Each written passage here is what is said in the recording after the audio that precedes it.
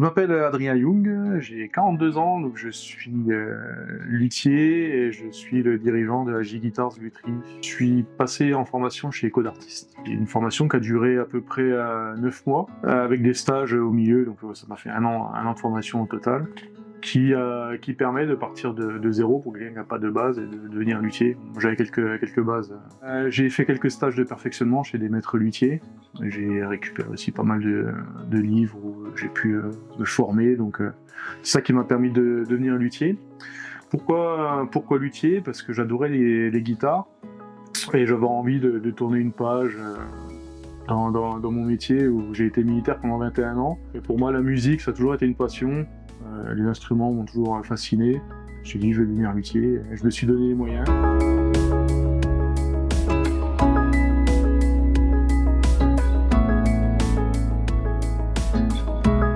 Je me souviens de ma première guitare. Ouais. Je l'ai eu il n'y a pas très longtemps dans les mains. J'avais presque envie de la brûler. Ouais, je vois entre les premières guitares et maintenant il y a quand même une sacrée évolution, mais je m'en souviens et c'est surtout grâce à ça que j'en suis maintenant arrivé à un niveau d'exigence qui est vachement plus élevé que ce que j'ai fait au départ, quoi. Ce qui me plaît le plus dans mon métier, c'est le fait de pouvoir bosser tout seul dans mon atelier. Quand je suis en création, je me mets dans ma bulle, je m'enferme, je suis tout seul, je pars tout seul parce que il y a mon chien Devine qui est avec moi. Mais ouais, je suis vraiment posé, je suis en bas, je suis vraiment autonome, je gère. Ça me rappelle quelques phases de mon métier de militaire où il faut être plutôt cool. Et après, ce qui me plaît, l'autre partie, c'est de recevoir les artistes ou les clients musiciens et de pouvoir échanger avec eux. C'est vraiment deux univers un peu opposés, mais je les trouve vraiment complémentaires. La création dans la lutherie, pour moi, c'est de partir de rien et de donner vie à un instrument. Je vais prendre un bout de papier, je vais imaginer une guitare avec des formes un peu particulières ou qui vont correspondre à une demande que j'aurais eue avec un artiste. Et essayer de voir un peu les problématiques qu'il y a, comment les résoudre, comment faire évoluer le projet. La création, c'est vraiment c'est vaste et j'adore. Je m'éclate à faire ça, partir vraiment sur une feuille blanche et de donner vie à mon instrument. Comme mes modèles que j'ai ici, où je suis parti de rien. Ça donne des guitares plutôt sympas.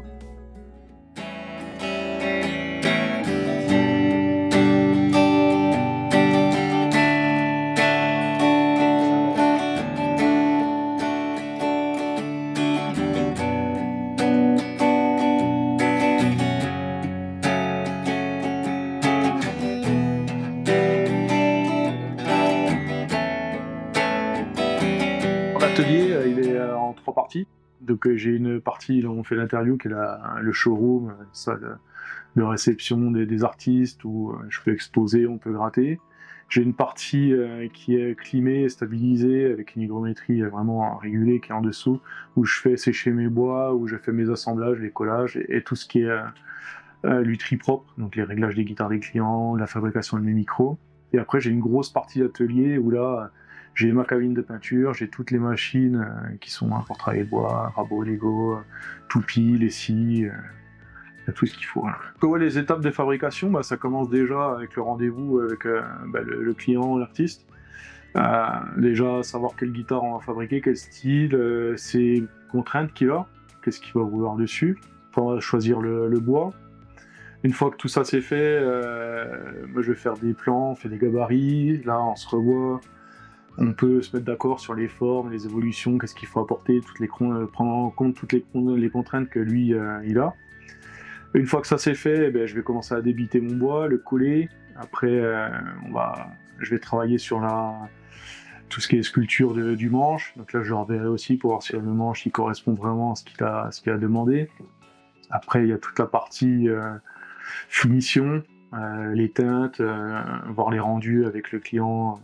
Si on est vraiment dans ce qu'il espérait, et après toute la partie électronique, où là, quand le plus souvent je bobine mes micros, je vais faire un set de micros, plus 2-3 autres en test, et ça permet d'essayer, de voir aussi quel son il préférera avec son instrument. Comment je choisis mon bois? Déjà, je le fais vraiment à l'aspect. Il faut que je trouve le bois joli. Il faut que ça me cause, quoi. Il faut qu'il y ait des motifs. Je me dis, tiens, on peut utiliser comme table, ça ferait joli sur une électrique. Donc là, je vais le choisir comme ça. J'essaye d'utiliser le plus possible des bois qui sont soit issus du recyclage, donc soit de vieux meubles, soit des vieux stocks de vieux luthiers, ou soit vraiment de la récup à droite à gauche. Ou dans le dernier recours, quand je peux pas faire autrement, je prends des bois qui sont vraiment éco-responsables, qui sont labellisés FSC, pour être sûr d'avoir quelque chose d'éco-responsable, quoi. Ça sert à rien. Du bois, il y en a partout. On n'est pas obligé de couper 15 arbres pour fabriquer une guitare. Après, il y a en termes de qualité, il faut que le bois il soit ultra sec. Donc ça, je m'assure de la traçabilité du bois, sûr qu'il est vraiment sec depuis longtemps, que ce soit pas un bois qui sèche depuis un an, parce que sinon la stabilité de l'instrument sera vraiment mauvaise. Vu que je bobine mes micros, c'est vraiment avec l'échange avec le client, de savoir quel type de son il va vouloir. Et en fonction de ça, je peux bobiner les micros et fabriquer des micros qui vont correspondre au son qu'il veut, quoi. Donc je ferai mes choix d'aimants, le type d'anico que je vais mettre dedans, le nombre de bobinages, le fil. Ça c'est une plus-value quand même de pouvoir confectionner mes micros. Après, j'ai quelques clients aussi qui ont l'habitude de tourner avec des guitares déjà équipées de micros du commerce, quoi, des grandes marques type Fishman, MG et compagnie. Donc là, je mets les micros qu'ils ont l'habitude d'utiliser pour pas dérégler leur son. Tout ce qui est accastillage, donc les mécaniques, les chevalets, je prends quand même de la qualité. J'utilise des mécaniques qui viennent du Japon, c'est Goto. Sinon, un peu des pièces américaines, il y a Hipshot. Je prends des micros, c'est du haut de gamme, mais à un prix abordable.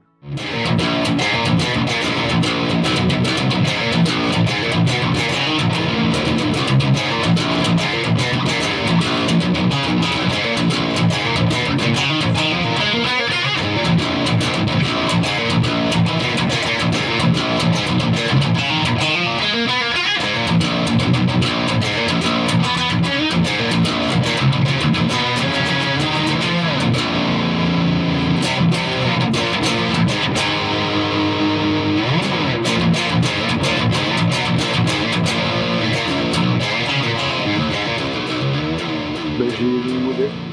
Ici, là, il y en a 3, c'est la Blasphème. Donc, j'ai mis tous des noms qui étaient en relation avec les côtés de l'église, mais du côté plus underground. Donc, j'ai les Blasphèmes qui sont là. J'ai fait une basse, c'est l'Excommunion. Et la plus originale, c'était le projet avec Vincent Nomia. Sur le modèle Tribulation, c'était vraiment... J'allais faire une Telecaster, mais vraiment hardcore, qui puisse vraiment envoyer du lourd en 7 cordes, mais qui a un côté assez sympa en même temps, que ça fasse un look vintage mais moderne. C'était vraiment le plus beau projet. J'ai vraiment de tout comme client. Alors je travaille avec des groupes, donc avec des pros. J'ai des copains de Rosa Canine, j'ai des potes d'Opium du Peuple avec qui je travaille. Et après, j'ai des amateurs, des clients qui jouent de la guitare chez eux tranquillement devant la cheminée. J'ai une grosse collab qui est en cours avec Opium du Peuple, où je travaille avec Chris Bannel et avec Suchu pour faire une basse et une 6 cordes normale. J'ai Vincent Nomia, avec qui j'ai fait une gratte. J'ai Rosa Canine et Shutdown avec qui je travaille.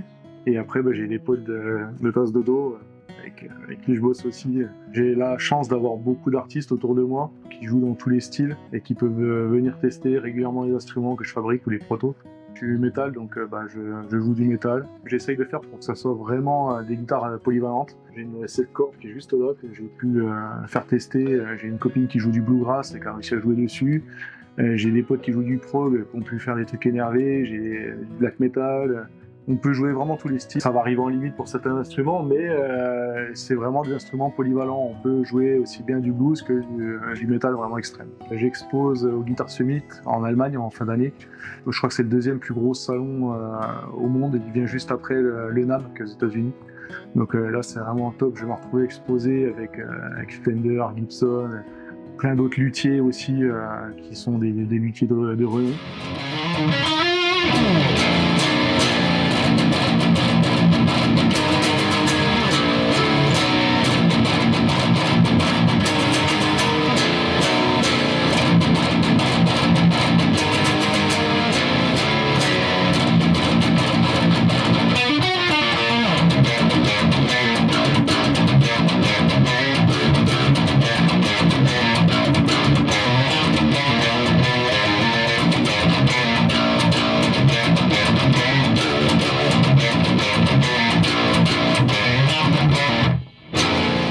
Il y a beaucoup de clients qui m'ont dit on vient chez toi parce que t'as ce côté assez piquant et plutôt doux en même temps. On aime bien échanger avec toi. Donc c'est surtout, je pense comme on m'a expliqué l'autre coup, une alchimie qui se fait entre le musicien et moi. Je prends vraiment le temps d'écouter les clients et c'est d'y apporter vraiment, de pouvoir réaliser l'instrument de ses rêves. Je pousse ce détail vraiment au maximum. En électrique, je vais chercher vraiment une ergonomie vraiment poussée, de pouvoir accéder à la 24e case sans problème, d'avoir un manche assez rapide où on va pas se fatiguer dessus et une action super basse. La finition que je vais vouloir apporter aux instruments, des vernis vraiment parfaits, quoi. L'impression d'avoir des pommes d'amour, quoi. Il faut que ça soit lisant, qu'on a envie d'être croqué dedans. Je travaille sur des formes qui sont vraiment harmonieuses. On va retrouver des courbes assez rondes, assez élégantes avec des pointes. Donc j'essaye d'avoir un style vraiment particulier, propre à moi. La finition, donc des instruments avec des finitions irréprochables, beaucoup de filetterie, mais tout en restant vraiment dans l'élégance. Je veux pas trop surcharger, mais il faut qu'on voit qu'il y ait du détail. Et vraiment le plus gros point dessus, c'est les teintes que je vais apporter. Je travaille avec un pastelier et j'ai été récompensé par l'Académie Pastel pour ça, où je vais teinter mes guitares avec du vrai pastel naturel. C'est la fleur de pastel qui a été mélangée avec un processus bien particulier qui permet de pouvoir teinter mes instruments et d'avoir cette belle teinte bleue qui va changer de teinte en fonction des bois qu'on va utiliser. Voilà, c'est ça qui rend mes instruments vraiment uniques. J'ai déjà eu la chance d'avoir mon pote Chris de Plume du Peuple qui m'avait pris une de mes grattes pendant le Cusk & Rock à Mirande. Et du coup, je me suis retrouvé à regarder depuis l'autre côté en train de jouer sur ma gratte. Il n'avait jamais joué sur cette corde. Il a envoyé du lourd avec et j'étais vraiment fier, quoi. Je me dis, ça y est, elle est passée de l'atelier à la scène. Et ouais, j'ai trouvé... je sais pas comment décrire, c'est vraiment l'impression, je sais pas, un moment d'euphorie. C'est génial, quoi. C'est ouf.